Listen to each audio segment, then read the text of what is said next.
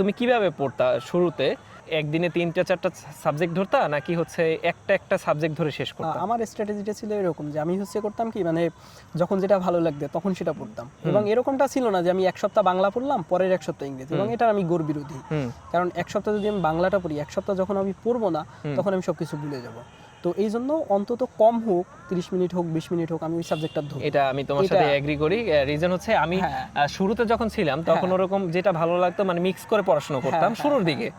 যখন দেখলাম এই পড়তে পড়তে বইগুলো যখন হাতের দখলে চলে আসছে, যে আমি চাইলেই যে কোনো একটা বই একদিনে রিভিশন দিতে পারি, মানে আমি এক সপ্তাহের মধ্যে সব সাবজেক্ট রিভিশন দিতে পারি, তখনই শুধুমাত্র সাবজেক্টে আসছি যে এখন সাবজেক্ট ধরে পড়ি। কিন্তু যখন ওরকম একটা সাবজেক্ট পড়তেই অনেকের তো এক সপ্তাহ, তুমি বলছো অনেকে আছে কিন্তু 10 দিন 15 দিন সময় লাগে একটা সাবজেক্ট পড়তে।